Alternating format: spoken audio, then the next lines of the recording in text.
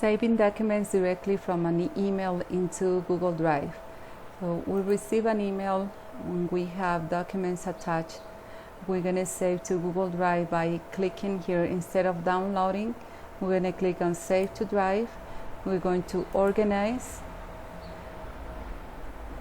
And let's say that I don't have a folder for this.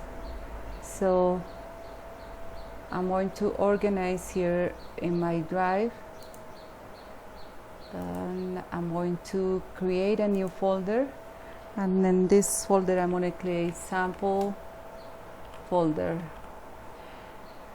I'm going to click here to create my folder. Now I have my sample folder, and I'm going to move here my documents.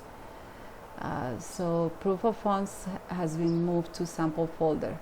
Now I have a contract that is going to the same folder, so I'm going to click to Drive, Organize, and if it opens, if it doesn't open here, I had to go back in my drive. I'm going to go for my sample folder,